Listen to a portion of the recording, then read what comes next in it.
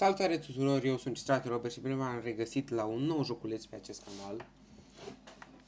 Astăzi ne vom juca Euro Truck Simulator 2, o nouă achiziție de mea. Și să vedem cum este joculețul.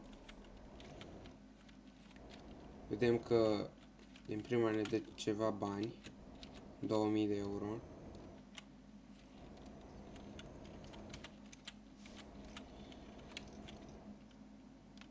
Dar ar trebui să stau și la semafare?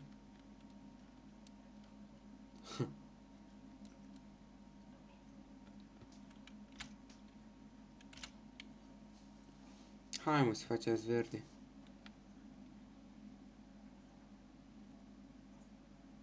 Da, mi se pare că în jocul ăsta dacă treci pe roșu, ți iei amendă. Trebuie să stai la semafor.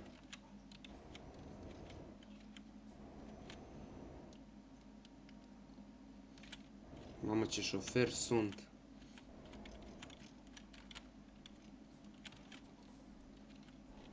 S-a oprit tirul.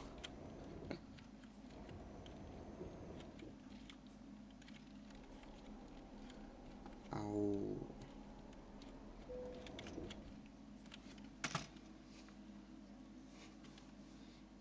Ia să o parcăm cu spatele. Unde trebuie să o parchez?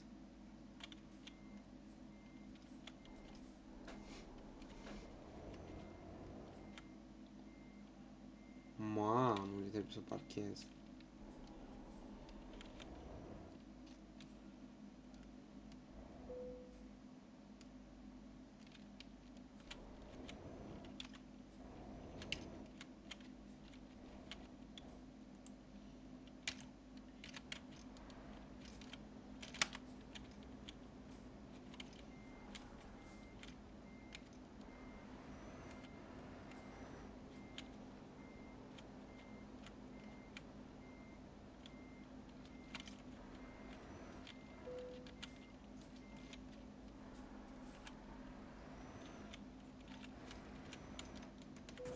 Au!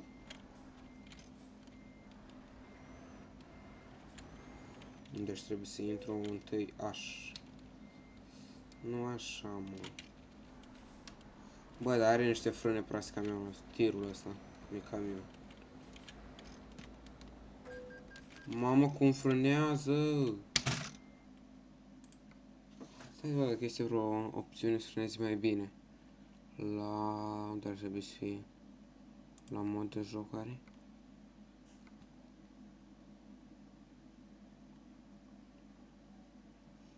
Lungime așa.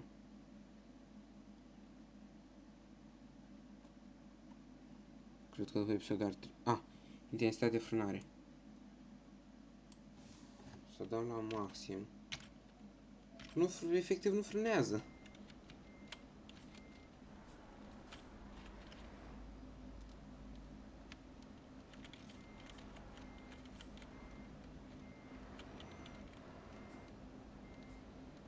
Nu, iar am intrat prost.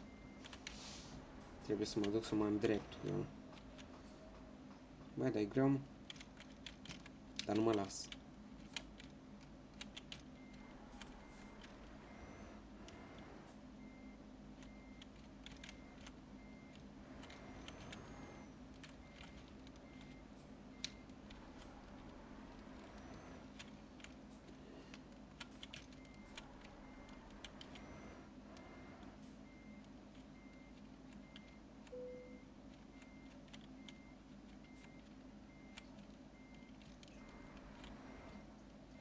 Nu! Mă dusesem bine, dar m-a stricat pe urmă.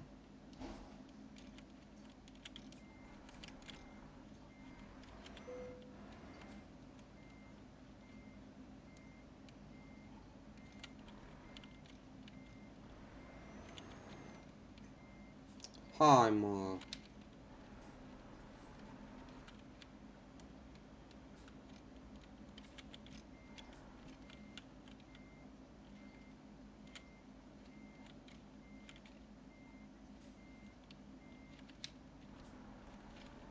Bă, e prea dificil.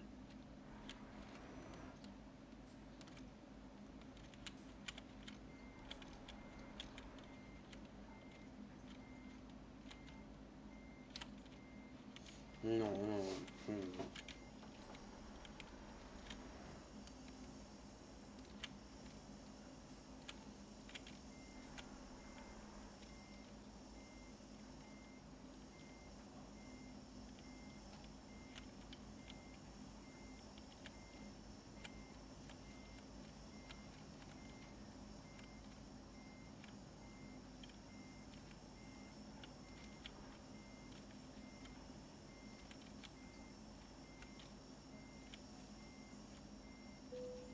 Parcat-o.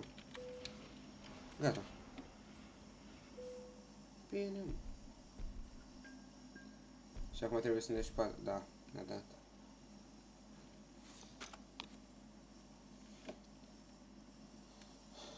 Ia să luăm o nouă cursă. De data asta mai lungă. Ne-au dat și un garaj.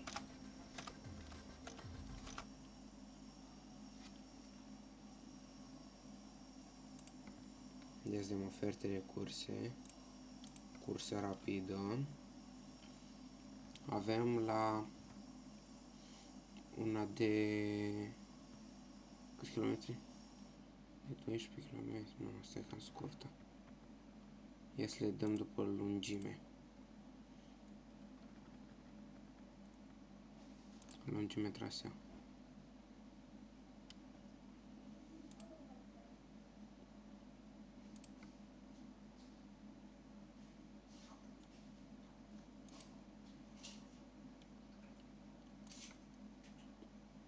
Normal așa ar fi. Hai să luăm cursa asta la Osnabrück, la Bremen. Sau Bremen, nu am văzut ce scrie acolo.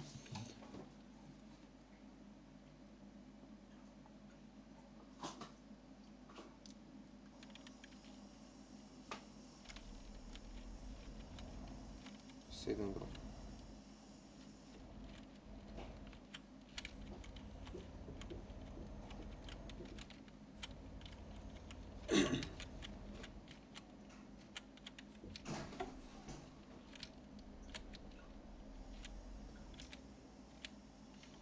Bă, dar nu-mi place că trebuie să stăm la semafoare.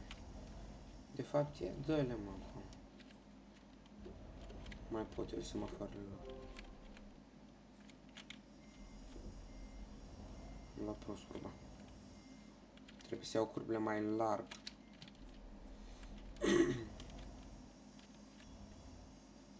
Cam așa ceva.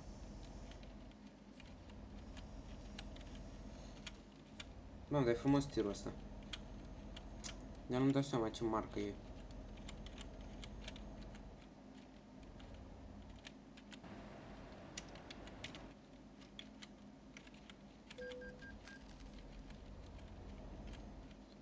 N-a luat 80 de euro că am trecut pe roșu. Nu e asta o problemă. Dar nu prea văd oglinda aia. Gata, mi-am pus oglinda în partea elaltă. Ia să intrăm în sensul ăsta giratoriu.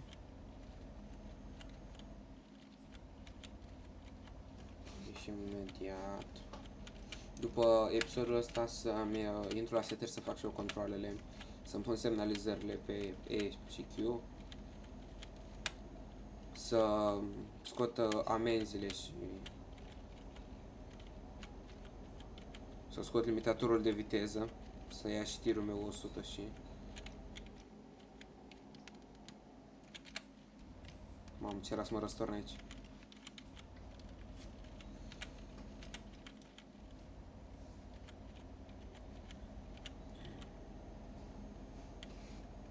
Avem 130 de km.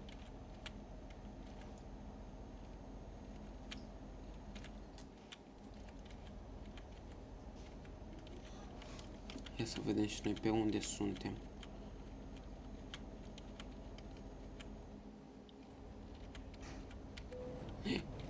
M-am dat prost. Mă uitam în altă parte.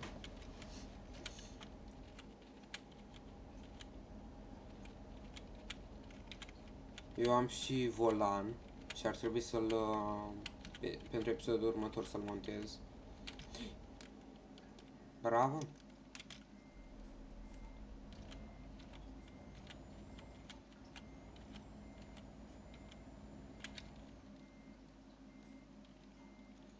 Bravo.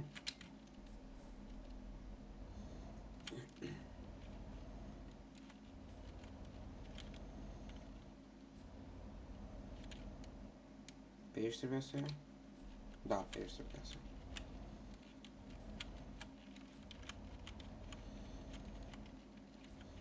Și ce... A, da, să-mi montez volanul pentru episodul următor.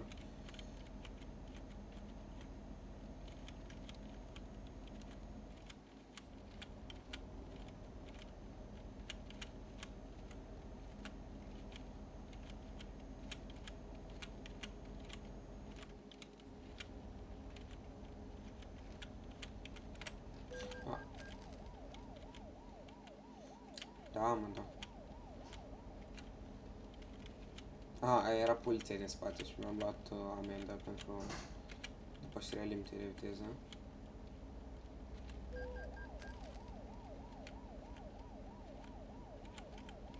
Nu o bag în seamă. Trebuie neapărat să scot contravențiile astea pentru că îmi ia bani degeaba. Exact tot el lasă să treacă în față să nu mă mai vadă. Așa că tot vreau să fac o serie de Eurotrack. Unde se poate strânge și noi bani, cumpărăm un tir, deschidem o firmă, ceva. Că momentan suntem doar șoferi pe tir la alte firme mai mari. Ia să schimbăm și noi bani, da? Fără semnal, că doar suntem români.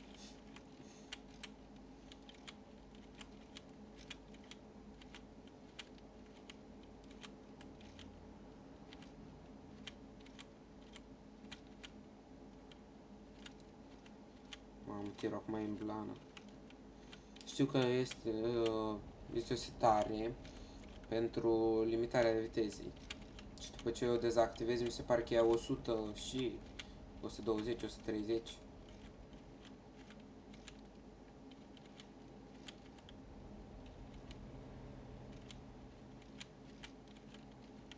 Mai avem 61 de kilometri. Îi parcurgem foarte repede.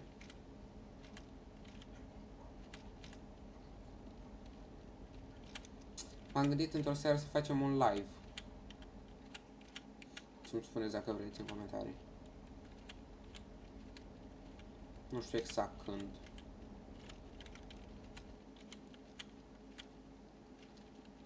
Vă anunț eu oricum dacă fac vreun live sau ceva de genul. Poate îl chemăm și pe Ionuț și pe Dimitri. Ar fi bine să facem o breaslă pe Minecraft. Și nu știu, să denumim breasla gamerilor sau ceva de genul. Vedem noi atunci un nume pentru ea. Să construim pe acolo.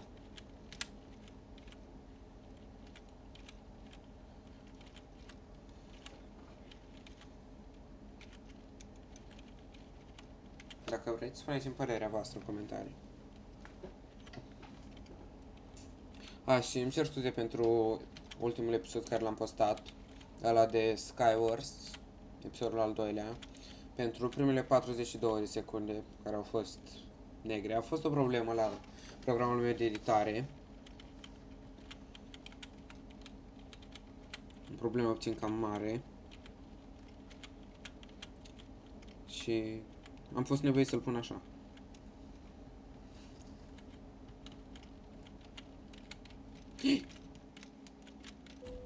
Mamă, cum i-am ocolit. Șoferul ăla cred că dormea în mijlocul drumului.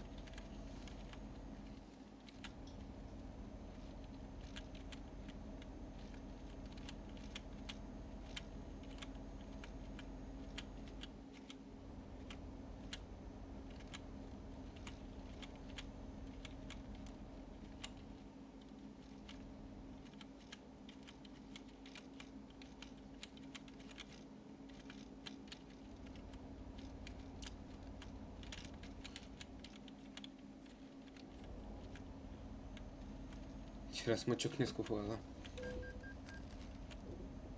Da, mă ciocnesc cu celălalt, nu e problemă.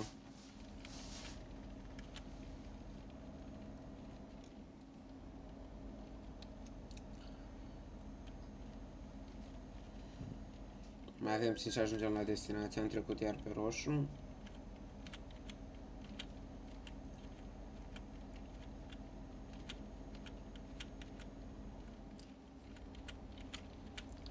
Încă 10 km. Nu mai parcăm cu spate pentru că este prea greu.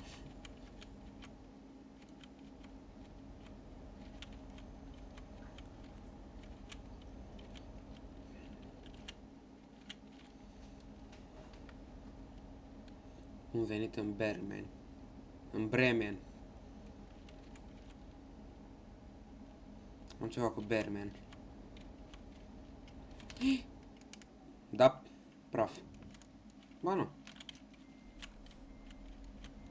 Cred că trebuie să iau în față, de asta mi-a intrat așa puternic. Da, nu e nimic, am scăpat ieftin.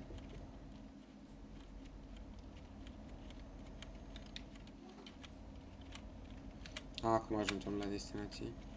Spuneți-mi voi imediat că ați mai văzut șofer ca mine.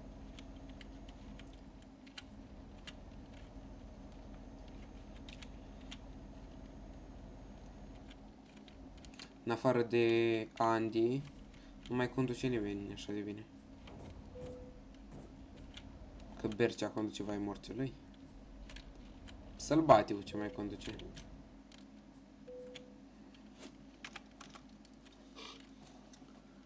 Așa. Ia să o parcăm.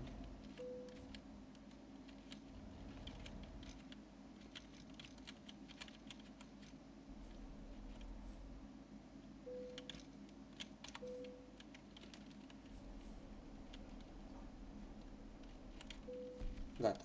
Excelent.